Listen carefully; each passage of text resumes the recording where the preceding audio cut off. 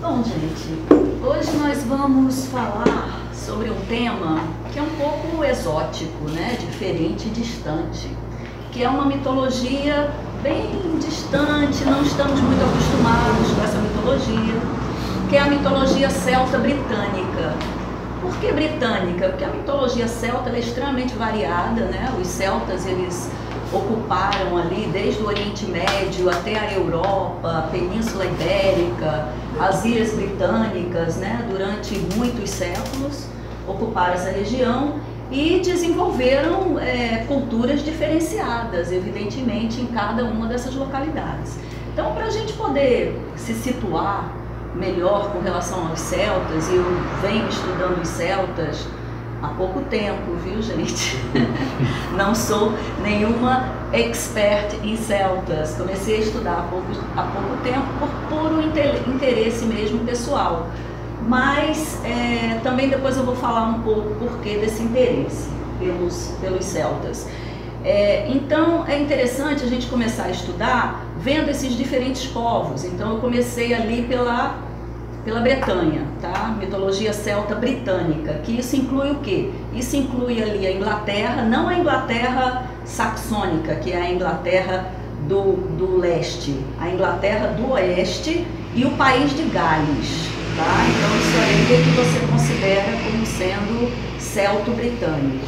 É essa parte aí da Inglaterra e do país de Gales, que é um pequeno país que pertence à Inglaterra, mas que ele vai ser extremamente representativo nessa mitologia, porque, por ser um lugar meio esquecido e meio distante, ele pôde manter mais viva a tradição e a mitologia, justamente que remonta ao tempo dos celtas. Por que isso? Porque depois dos celtas, por exemplo, na Inglaterra, vieram os romanos, né? Depois vieram os normandos, não é? E com toda a bagagem aí do cristianismo, então houve uma superposição muito grande de mitos, de história, de cultura, né? E lá no país de Gales, o país de Gales manteve, por ele ser escondidinho e tal, ele manteve mais viva essa cultura e essa tradição. Embora muitos dos escritos, aqui, né, que tem a principal fonte, o Mabinogion. O Mabinogion é um livro que ele é baseado nesses dois livros, o livro branco de Hiddeck e o livro vermelho de Hergest. Então eles foram escritos por volta de 1382, 1400 e tal. Depois foram adicionados outros contos e outras histórias. Esse Mabinogion, que é esse livro desses mitos e dessas lendas, eles foram escritos por monges, já quando o cristianismo estava lá. Então, quando você vai ler e vai estudar, para você pescar os elementos da mitologia celta, você tem que tirar o verniz cristão que foi colocado nesses mitos, e aí você vai encontrar toda essa riqueza, né, fantástica desse tempo, né, de magia, desse tempo das fadas, dos gnomos, e tudo isso que chegou até nós, por exemplo, por meio dos contos de fadas, né? Então tudo isso veio daí, né? E isso é que é incrível com relação a esse país, porque ele teve uma influência enorme na literatura europeia e, consequentemente, em toda a literatura ocidental, né? Então, o Mabinogion, ele tem caracteres medievais, porque ele foi escrito na Idade Média, mas ele remonta nas suas histórias e nos seus contos à Idade do Ferro. Então, ele é composto de 4 ramos. Ramo significa uma parte da história, então são histórias que se entrelaçam entre si. Além desses 4 ramos, tem os contos nativos, que são representações pagãs, fantasiosas, com aquele verniz cristão que eu falei, né? E tem os romances, que são as primeiras referências galesas à corte de Arthur, a Camelot e aos Cavaleiros da Távola Redonda.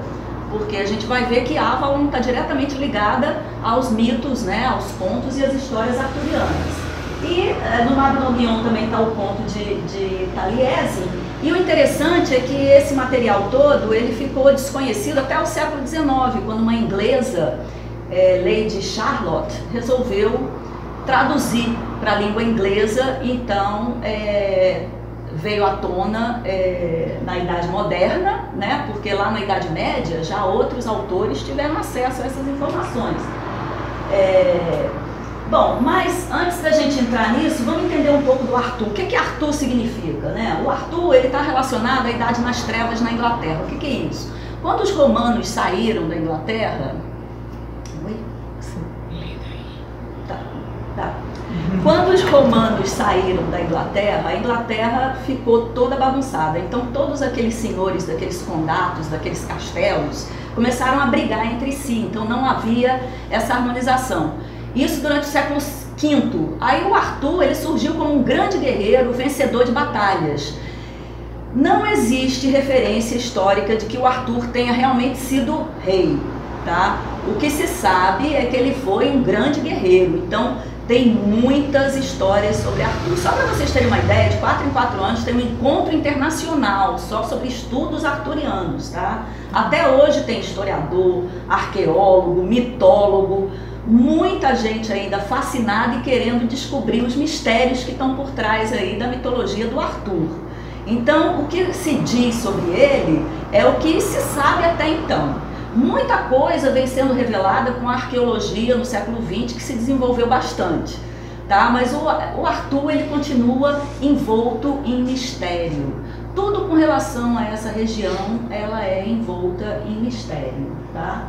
Então, o Arthur, ele está muito associado, por ele ser um grande guerreiro e depois ele ter sido colocado por um autor como um dos reis britânicos, ele está muito associado à identidade britânica, tá? Então, tanto que até hoje, todo rei que toma posse lá na Inglaterra faz algum ritual e alguma referência a Arthur, porque ele é o símbolo dessa soberania e dessa identidade britânica. E isso é compreensível exatamente por isso, porque em meio a tantas batalhas, a tantas invasões, a tantos povos, né, você tem ali um símbolo que vai dar às pessoas esse sentido de identidade, essa coesão identitária. Então é isso que o Arthur representa, tá, gente? E o mito do Arthur, atualmente, ele é o mais... Aliás, ele vem sendo reproduzido na literatura europeia com muita intensidade. Então ele são livros, filmes, mitos, jogos eletrônicos que eu não sabia, eu estava olhando. Então tem vários jogos eletrônicos que tratam desse mito do rei Arthur, né? Então esse mito é o mito mais reproduzido aqui no Ocidente. Então muita coisa do que a gente vê, do que a gente assiste, muito filme que a gente vê, todas essas histórias fantasiosas, todas elas têm algum elemento do rei Arthur. Quando a gente entende o mito, que a gente começa a ver os filmes, a gente, olha lá, né? Olha lá, e principalmente a Ilha de Avalon. A Ilha de Avalon, ela está em vários mitos, em vários filmes e em várias histórias. Então, realmente é extremamente importante, porque a gente está o tempo todo sendo alimentado desse mito sem saber que a gente está sendo alimentado e nutrido por essa mitologia, desse país que é aparentemente distante, mas de tanto ser reproduzido e da gente estar tanto tendo acesso por meio dos filmes, da literatura, dos livros, a gente está o tempo todo aí se alimentando, né, do rei Arthur. Então os principais autores arturianos são esses aí, o Geoffrey de Monmouth, que foi ele quem primeiro colocou o rei Arthur na linhagem dos reis britânicos, tá? Porque até então o Arthur era um guerreiro. É questionável que ele tenha sido rei, tá? Isso é questionável, historicamente falando, entendeu? Então é mais um mito, ele é rei mais no mito do que na história propriamente dita. Mas esse autor aí, que foi um padre, né, um clérigo, né, lá do país de Gales, né, que certamente teve acesso a esses contos medievais do Mabinogion, né, todas essas histórias antigas que falavam da corte do rei Arthur e tarará. Ele foi e escreveu esse livro de toda a descendência de todos os reis ingleses e colocou o Arthur lá como rei. Mas isso não é historicamente comprovado, certo? E teve o Chrétien de Troyes, que é o principal trovador francês, que foi quem contou a história do rei Arthur do jeito que a gente conhece. Entendeu? A espada de Excalibur, que ele tinha que tirar lá da pedra, e que depois ele morreu e o barco foi lá para a ilha de Avalon, que tinha Avalon. Então, ele foi o primeiro que montou essa história do rei Arthur como a gente conhece, esse mito que é reproduzido até hoje. Ou seja, ele pegou uma série de fragmentos aí desses mitos, dessas histórias e contou essa história, tá? Ou seja, ele deu uma coerência, né, na narrativa, ele fez uma narrativa coerente com relação a todos esses fragmentos aí da mitologia, né? E por que isso é importante? Isso tem a ver com um movimento que começou no século XVIII, que é o movimento da celticidade. O Arthur está diretamente ligado a isso. O que é esse movimento? É as pessoas se identificarem como sendo celtas, tá? Então você tem hoje lá na Bretanha francesa, você tem no sul da Inglaterra, na Cornualha, no país de Gales, na Ilha de Man, na Irlanda e na Escócia, essa identidade celta. Então você pergunta para as pessoas qual é a identidade delas e muitas dizem, não, eu sou celta. Tanto que muitas dessas festas celtas, pagãs que tinham antigamente, elas estão sendo resgatadas. Por exemplo, lá em Edimburgo tem o festival do Beltane, que você vai olhar no YouTube, você não acredita, é uma festa gigantesca, o Beltane, que é uma festa pagã, muito antiga, a festa de maio.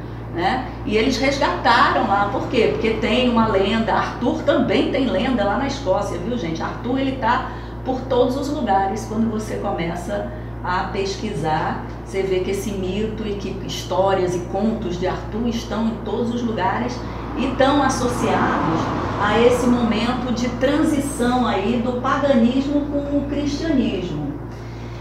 Então, nesse movimento de celticidade vai se resgatar então essas raízes antigas do paganismo. E aí é que entra a mitologia como sendo uma ferramenta importantíssima para você resgatar esse paganismo, tá? Então, vai ressurgir o druidismo, que era a antiga religião celta, né, onde na mitologia, quem é o grande druida que todo mundo conhece até hoje? Merlin. Né? Vocês veem que força, né? Todo mundo sabe que Merlin é um druida, né? De tanto que é reproduzida essa história, né? E o Merlin é exatamente esse representante desse tempo antigo, desse tempo pagão. E o Arthur é aquela figura que fica nesse período, nessa transição entre o paganismo e o cristianismo. Então, ele está sempre reaparecendo esse mito de Arthur, né?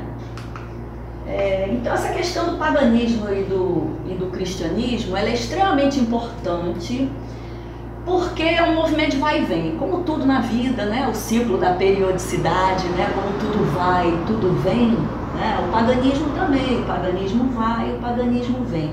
Embora houvesse muitas tentativas, né? De tentar, vamos dizer assim, eliminar o paganismo da face da terra. E é interessante porque, por exemplo, paganismo é um nome aqui no Ocidente, né? Porque, por exemplo, o hinduísmo é paganismo, budismo é paganismo, mas ninguém chama hinduísmo e budismo de paganismo, né? Chama hinduísmo e budismo. Aí aqui no Ocidente, qualquer coisa que não seja cristã, aí chama de paganismo.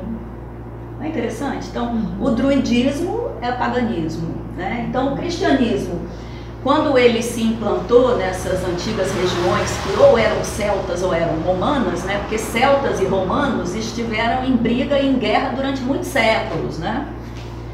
Tá aí os filmes do Asterix, né? Para nos mostrar como era essa peleja entre celtas e romanos, né? Então isso durou durante muitos anos. E a história depois dos celtas foi contada pelos romanos, porque foi Júlio César mesmo que escreveu mais sobre os celtas, só que ele escreveu sobre a ótica do vencedor. Então, tudo que ele escreveu sobre celta foi bárbaro, fazia sacrifício humano, enfim, uma série de fake news, né, vamos dizer assim, com relação aos celtas, que é para criar um certo terror mesmo nas vilas e nos lugares com relação aos celtas, fazer propaganda negativa, né? Isso é uma estratégia também de guerra, né? E finalmente os romanos venceram os celtas, né, na batalha lá na França. Vercingetorix, parece, foi o último, né, celta que... Vercingetorix, muito bem. Vercingetorix foi então o último celta lá que pereceu nas mãos dos romanos, né? Então, só que o cristianismo, quando começou a crescer no Ocidente, aí foi o que? 4 depois de Cristo, né? Constantino estabeleceu que o cristianismo seria a religião oficial do Estado, né? Só que isso não foi de uma hora para outra, essa transição. Então você tinha de um lado o paganismo romano, do outro lado o paganismo celta, e essa transição ela foi se dando muito gradualmente e utilizando várias formas. Uma delas, a justaposição de mitos, né? Então você tem o maior exemplo que eu pude vivenciar quando eu estive lá na Irlanda, da Brígide. Brígide é uma grande deusa pagã, e a história dela foi totalmente modificada pelos cristãos, porque o que eles faziam? Eles pegavam um símbolo do paganismo e transformavam em símbolo cristão, para poder, isso é uma estratégia de cooptação, né? As pessoas ficam mais confortáveis sabendo que, mantendo aquele símbolo, que é um antigo símbolo pagão, né? Porém com uma outra história, que é a história cristã, que é a história da deusa Brígida, né? E aí tem uma historinha que a Santa Brígida ela não comia, porque a comida era feita por mãos pagãs. Aí o seu pai, que era um druida, deu-lhe o nome da deusa, que um monge recebeu em sonho. É uma história sem pé nem cabeça, que acabou convertendo o pai, que era um druida. O pai acabou sendo convertido. E quando você vai, por exemplo, na Irlanda, que eu tive lá em Kildare, que é onde tem a Catedral de Santa Brígida, você chega lá, contam logo essa história, como se eles ainda existem. Você sente nos lugares assim uma preocupação ainda, entendeu? Tipo assim, olha, se você é pagão e vem aqui atrás do paganismo, a história cristã é essa, entendeu? Então, onde você entra na igreja de St. Mary, onde você entra assim nas igrejas, tem uma historinha para colocar na frente das histórias pagãs. Então, essa questão dessa transição, que ela ainda existe, tá? O mundo ainda está nessa questão dessa transição do paganismo para o cristianismo. Ainda existe essa transição. A mesma coisa o St. Patrick, né? Tem uma história dele que ele duelou com um druida sobre forças e poderes, e aí o poder dele se sobressaiu. Então o líder celta lá se transformou ao cristianismo porque o Patrick era mais poderoso. Quando você vai em Tara, que é o sítio lá onde havia essa grande aldeia desse grande líder celta, aí tem essa história lá, contada essa história, e você vê a placa lá da história, entendeu? A história cristã, né, do São Pedro. Então, você sente que há uma preocupação, principalmente na Irlanda, que é um país muito católico, diferente da Inglaterra, que não tem tanto assim esse catolicismo. Na Inglaterra você sente mais assim uma tranquilidade da população com relação a essa questão religiosa, mas lá na Irlanda você sente que há uma preocupação da comunidade mesmo, assim, cristã, entendeu? Em passar essas histórias desses mitos cristãos. Então, e essa transição ela pode ser mapeada na literatura e nas artes, tem várias histórias aí. Por exemplo, a imagem da bruxa no caldeirão, né? A bruxa é a grande deusa Célibre, que é uma deusa lá do país de Gales. O caldeirão é o ventre, né? Onde toda a criação advém desse ventre, né? Então esse caldeirão ele foi transformado no Graal, que é o cálice da ceia de Cristo. Então toda essa transformação desses antigos símbolos, né? Em símbolos cristãos, né?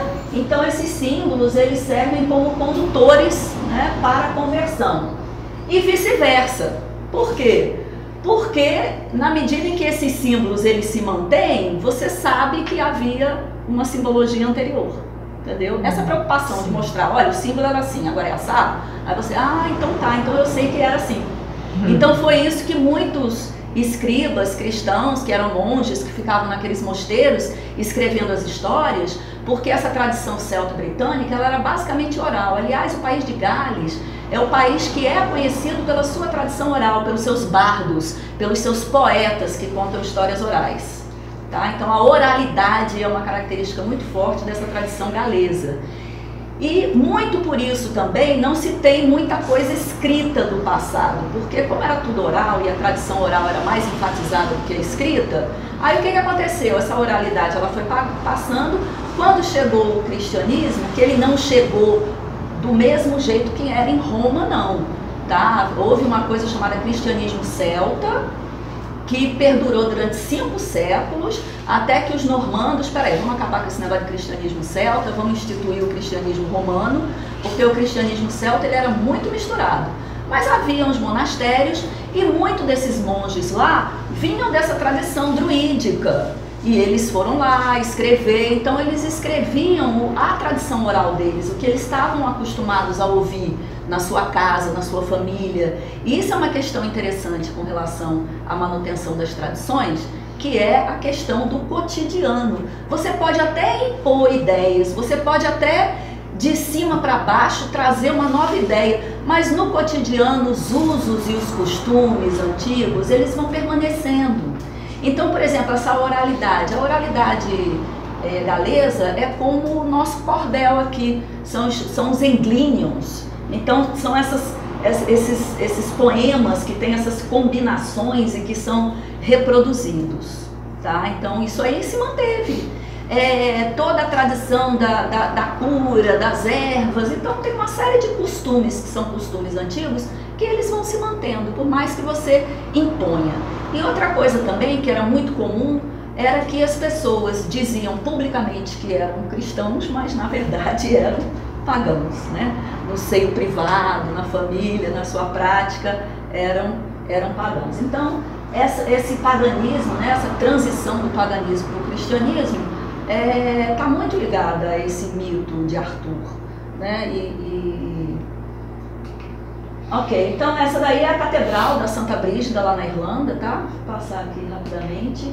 E olha, isso aí é o altar da Santa Brígida, tá, gente? Cadê a santa? Não tá não, que o que tá aí é a cruz de junco. Essa cruz é um símbolo pagão muito antigo, é o símbolo da deusa Brígida.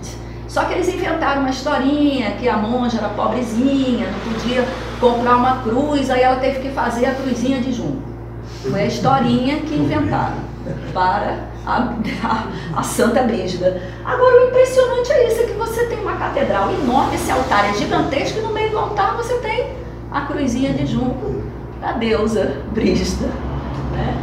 Isso aí é a fonte, né, da deusa Brígida, só que a monja, né, a fonte da deusa está aqui, ó.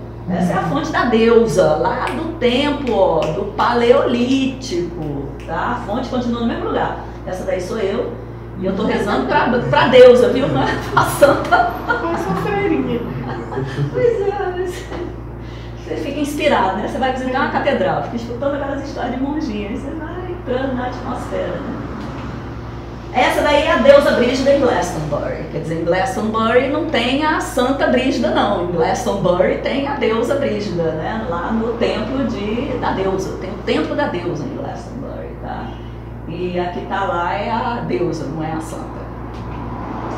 Então vamos lá, as origens de Avalon, né? Inis Avalon significa Ilha das Maçãs. Então você vai atrás na mitologia para ver de onde surgiu esse arquétipo, né? Porque na verdade Avalon é um grande arquétipo, né? E aí você vai encontrar no mito de Bran, é o mito da viagem de Bran, é uma mitologia que foi escrita no século XVII e que fala de uma terra de mulheres, de uma terra de alegria, de uma terra de felicidade.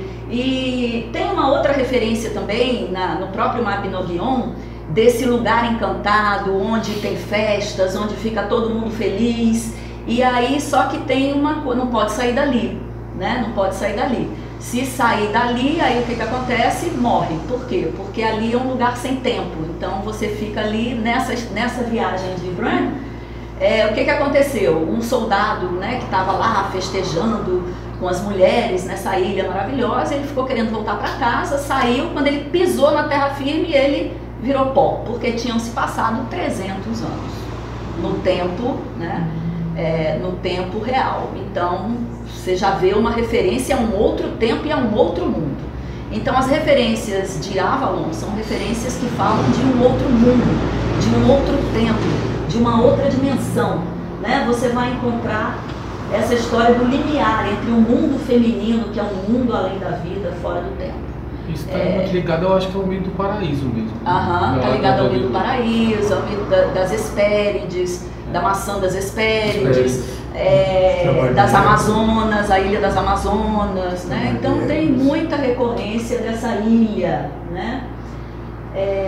E aí, outra coisa que é muito comum também, que é muito forte no mito de Avalon, são as 9 sacerdotisas, né? Que são as 9 Mordian, né? De onde vêm essas 9 mulheres, né? Então é um folclore que Tanto ele é presente nas terras celtas, como no Mediterrâneo também, né, e no Oriente Médio. Então você tem, por exemplo, nas cavernas de Kogul, uma pintura rupestre lá de 17 mil anos, né, que apresentam essas 9 mulheres dançando, né, e que os especialistas dizem que são ritos de fertilidade.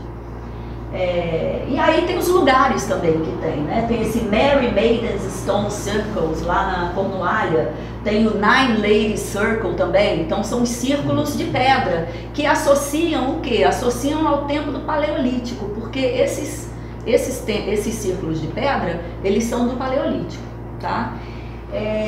Então, e no Paleolítico também tem toda uma pesquisa, né, das estatuetas de Vênus, que são essas estátuas que foram descobertas agora no século XX, do tempo do Paleolítico, também estátuas femininas que remetem a uma deusa ou a deusas, né? Então tem toda uma discussão se era uma deusa ou se eram várias deusas, ou se cada região tinha uma deusa diferente, ou se era uma deusa só para várias regiões, enfim. Mas isso aí mostra esse tempo que os historiadores sabem que havia na Terra o matriarcado, ou seja, havia um tempo onde a organização social ela era feminina, né? As mulheres que tinham a organização social, as sociedades eram matrilineares, né? Então havia isso aí no Paleolítico. Então todas essas referências aí a essas 9, né? Essa irmandade das 9 nos remete, seja na história, seja na arqueologia, ou seja na mitologia, acaba remetendo lá ao Paleolítico, a esse tempo onde as mulheres, onde o mundo era feminino, vamos dizer assim, né? O mundo era feminino. Então, essa Irmandade das 9 Mulheres foi primeiramente registrado lá em Gales pelo poeta Taliesin. Na literatura, o Geoffrey de Monmouth escreveu Vita Merlini, que foi a história do Merlin, e o Merlin, nessa história de Merlin, então há referência à ilha de Avalon com essas 9 sacerdotisas, tá? E são elas, esses nomes aqui, né? Moronoi, Mazoi, Glitonea, Glitten, Cliton, Tironoi, Tits, Tetsi, Morgan Le Fay, que é a mais famosa, a Morgana, né? A Morgan Le Fay.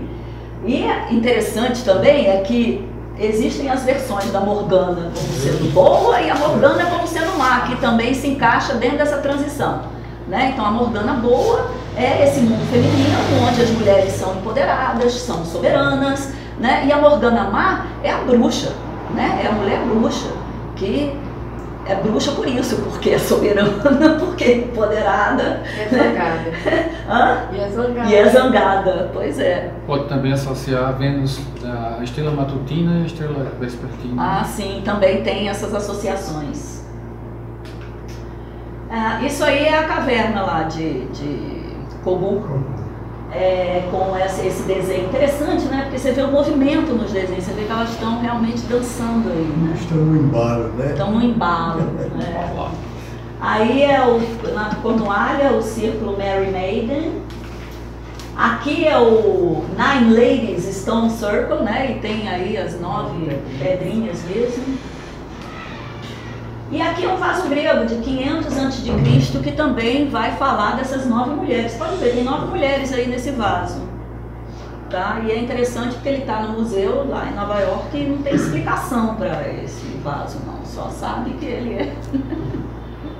Mas aí quando a gente vai na mitologia grega, esse quadro é interessante, as musas dançando com Apolo, né? Porque aí quando a gente entra, vai fazer uma comparação, a gente chega nas musas da mitologia grega, que são 9 também, né? São as 9 musas. As musas, elas são as inspirações. Então tem as musas das artes, as musas da ciência. Isso mostra, por exemplo, lá nesse conhecimento de Avalon, elas falam o ninefold, é até difícil para traduzir, mas é como se fosse um desdobrar dos 9. Desdobrar das 9 potencialidades femininas. Então, como se a mulher tivesse 9 formas de alcançar, vamos dizer assim, a sua espiritualidade, através da criatividade, que é o atributo feminino principal, tá? A questão da criatividade. Então seriam nove formas. E aí eu coloquei isso aí, eu achei interessante esse mito, que ele vai falar, né, desse rei, o Pirineu, que encontrou as musas perdidas por causa de uma tempestade, chamou elas para o castelo deles e quis aprisioná-las, quis torná-las escravas ou prisioneiras dele, né? Só que elas pegaram suas asinhas e foram-se embora, né?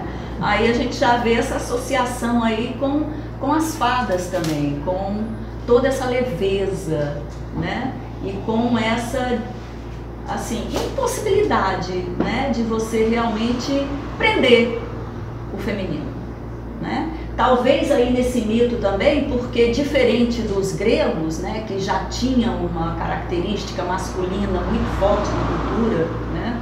Os gregos e os romanos, eles já eram masculinizados.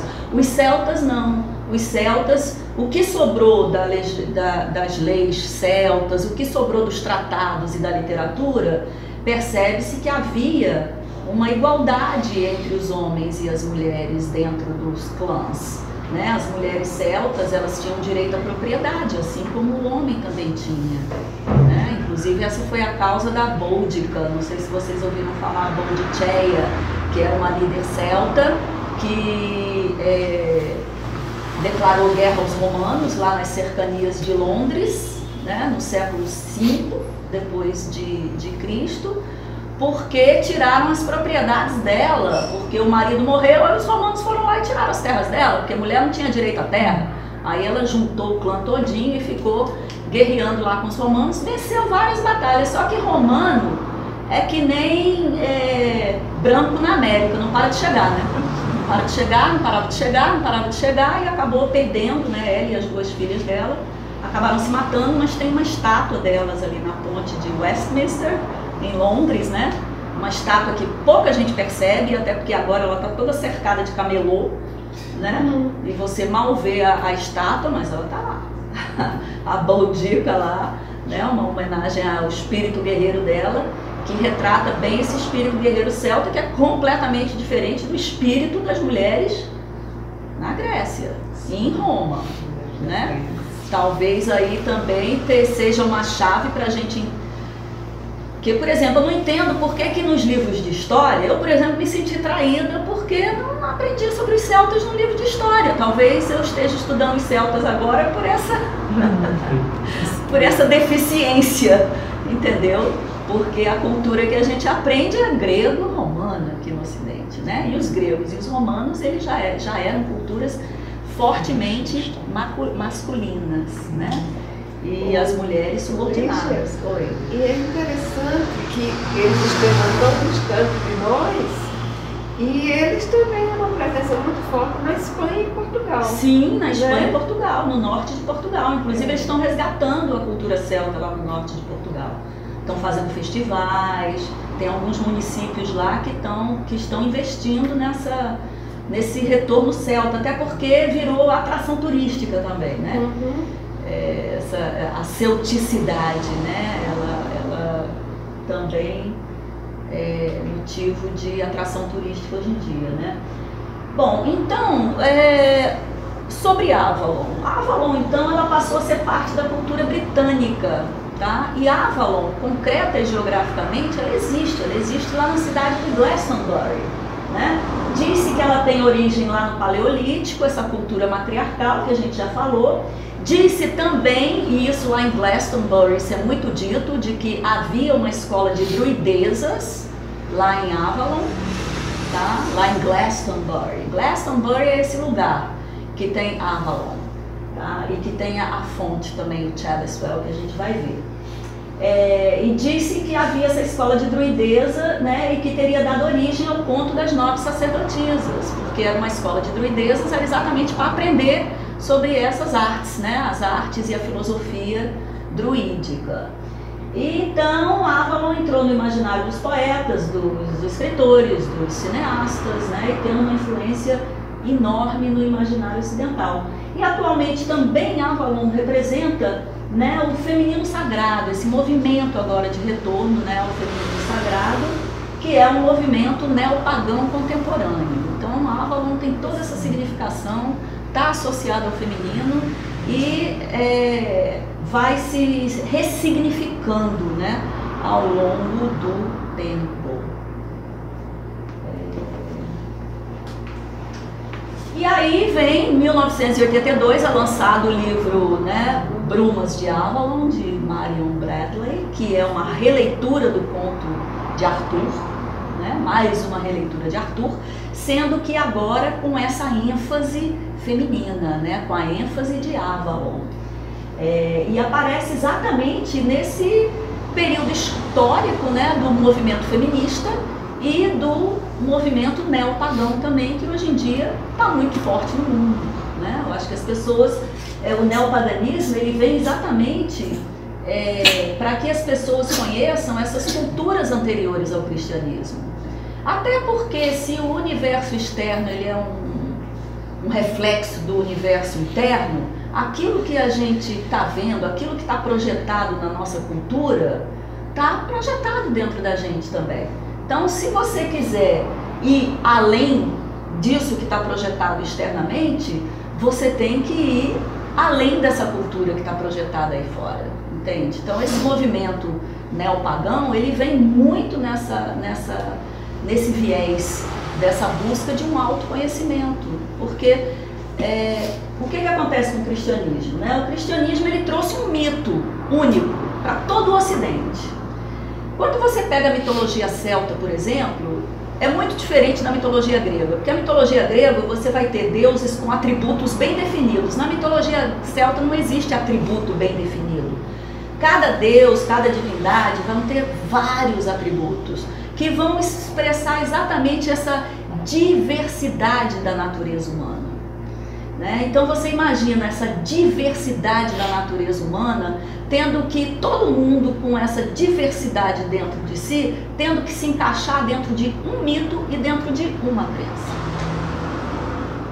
Que foi isso que aconteceu. Por isso, quando a gente vai na mitologia celto-britânica, é uma mitologia específica, porque se você for lá para a França, Portugal, Espanha, vão ser outros deuses, vão ser outros mitos. Se você vai para a Irlanda, nossa, é um outro universo mítico que tem lá na Irlanda. Se você vai para a Escócia, é outro universo na Escócia, com outros deuses. Por quê? Porque toda essa mitologia ela vai representar essa diversidade desses diferentes povos na Terra. Aí, de repente, você tem, né, um povo lá no Oriente Médio, né, os hebreus, que criam um mito monoteísta de um Deus único, e isso se espalha para todo o Ocidente, e durante séculos e séculos, gerações e gerações nascem sobre esse contexto externo cultural de um único mito, né? Então esse movimento neopagão, no meu entender, ele vem para isso, para tirar um pouco esses véus, né? E aí as brumas de Avalon, tirar os véus de uma cultura única, de um mito único imposto, para que as pessoas se reconheçam e se identifiquem também com outros mitos e com outras histórias. Porque o mito, ele fala de uma outra história, ele fala de uma outra coisa e ele fala da alma humana. Então, quando você lê um mito, você, puxa, né? Isso aqui, nossa, isso na minha vida teve um determinado momento que aconteceu isso, eu senti isso. De repente você vê um outro mito, puxa, numa outra fase da minha vida eu vivi isso, eu experienciei isso, né? E aí, de repente, você tem um mito único que se impõe e diz, não, olha só, você não tem que ver nada disso não. Você tem que seguir isso aqui, esse livro e esse único mito, que é isso que vai te salvar e que vai te levar para o céu, tá? Então, esse fluir do paganismo para o cristianismo, ele está muito nessa onda dessas redescobertas do próprio ser humano aqui na Terra, né? E da sua diversidade cultural, e principalmente as mulheres, que a elas foram dados certos papéis, né? Elas foram ensinadas a ter que fazer determinadas coisas que a gente já sabe, não vou entrar aqui nesse mérito, né? E de repente você tem aí um feminismo associado a um sagrado que vai resgatar uma série de mitos que vai te abrir portas também para você descobrir esse sagrado, né, esse aspecto feminino do sagrado dentro de você, né? E com isso abrir a criatividade, porque esse aqui é o ponto central, no meu entendimento, do neopaganismo, é abrir para a criatividade. Tanto é que, assim, do ponto de vista da arte, da literatura, a coisa se expande de uma forma muito intensa, né? A forma como esses mitos são reproduzidos, nossa, depois que a gente estuda esses mitos que a gente conhece, que você vai ver, você olha um filme assim e diz, e olha só, olha tal mito, e olha só, estão reproduzindo tal mito e tal. Porque esse pessoal que trabalha com isso, eles conhecem também, eles vão pesquisar. Jogos eletrônicos, nossa, eles sabem tudo desses mitos e dessas histórias. E estão reproduzindo para essas gerações mais novas, porque essas gerações mais novas, né, dos anos 90 para cá, é uma geração de jogos eletrônicos. E os jogos eletrônicos, todos eles são baseados em mitologias antigas, todos eles. Então esses novos, os jovens, eles já vão abrindo aí a cabeça com os jogos eletrônicos para novas histórias, para novos mitos e para novas... Claro que tem controvérsias, mas enfim, esse é um aspecto interessante, né, de como esses mitos, né, pagãos, eles vão renascendo e como é que eles vão sendo introduzindo nas artes e na cultura contemporânea de uma maneira geral, né? E agora, as Brumas de Avalon, ela também vai manter essa transição do paganismo para o cristianismo, só que ela faz uma onda também um pouco de retorno, né?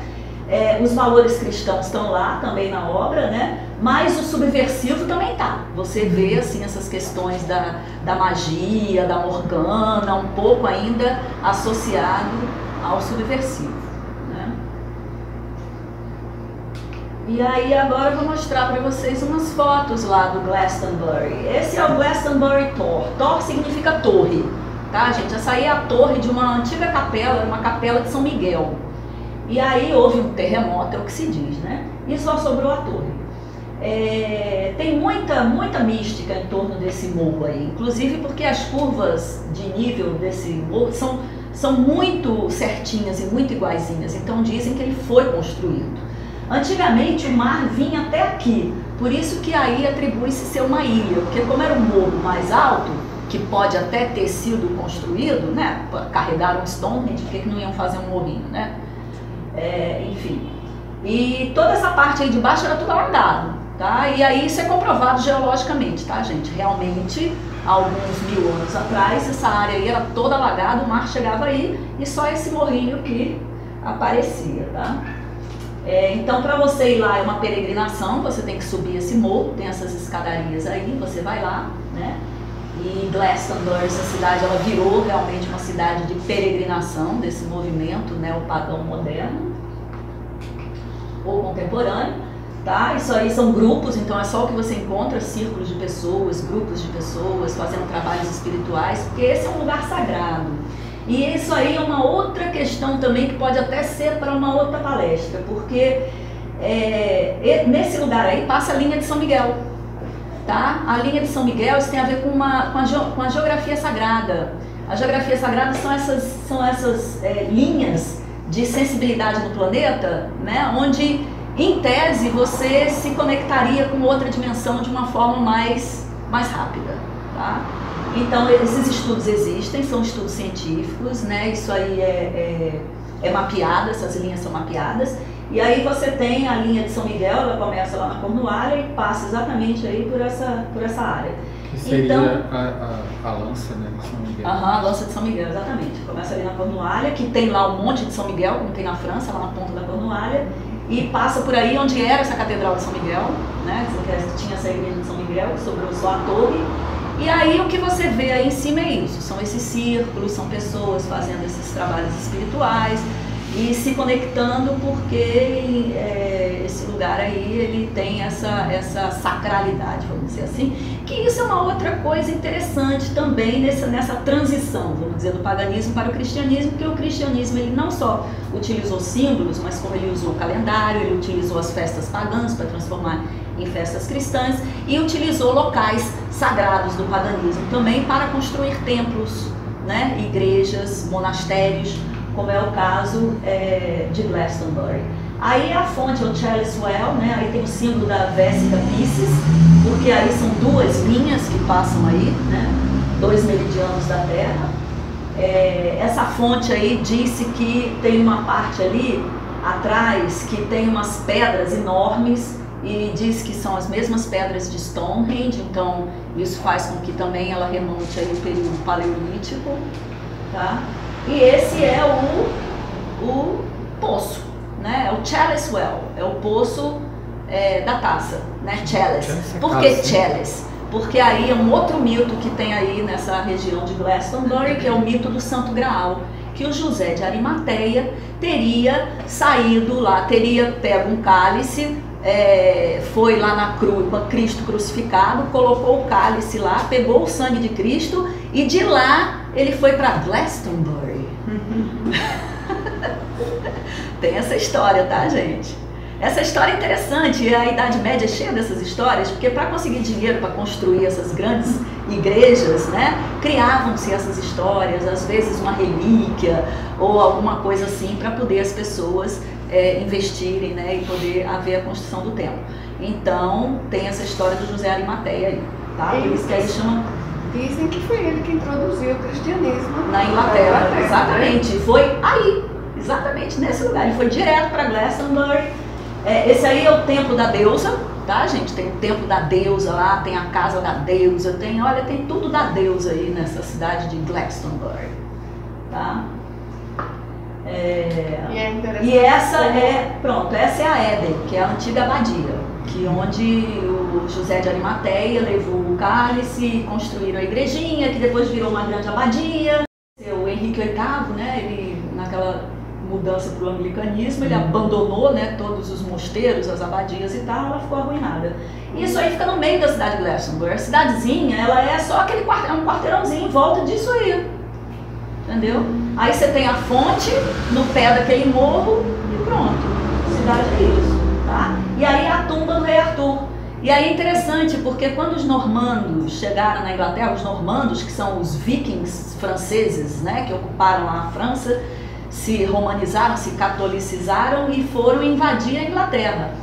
Quando eles invadiram a Inglaterra, sabendo já, eles invadiram no século XI, sabendo já do mito do rei Arthur, que estava relacionado a essa identidade, né, dos bretões, eles inventaram essa história de que acharam um corpo do rei Arthur e da Guinevere. Então essa é a tumba, eles enterraram, entendeu? Segundo um historiador, e eu achei interessante essa fala dele, que eles fizeram isso exatamente para poder conquistar, né? Porque era uma nova conquista, eram os normandos agora na Inglaterra, então, né, eles tinham que criar uma nova identidade. Então, para isso, tinham que acabar com a identidade dos bretões, né? Então, enterraram logo Arthur, foi a primeira providência.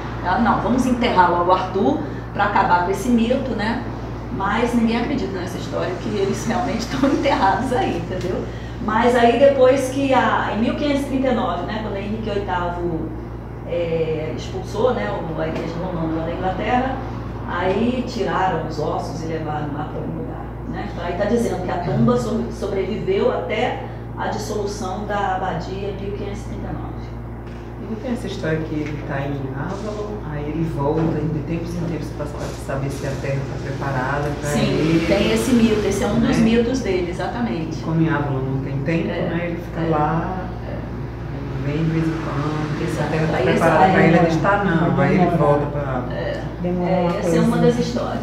Essa aí é a cidadezinha de Glastonbury, vocês vejam uma cidadezinha pequena, né, uma pequena cidade na Inglaterra.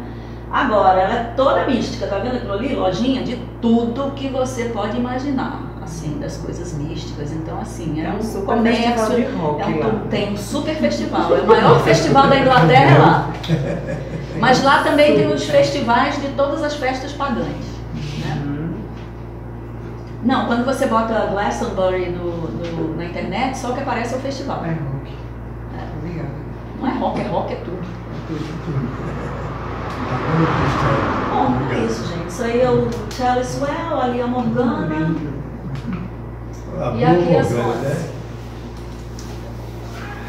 Bom, é isso. Bom.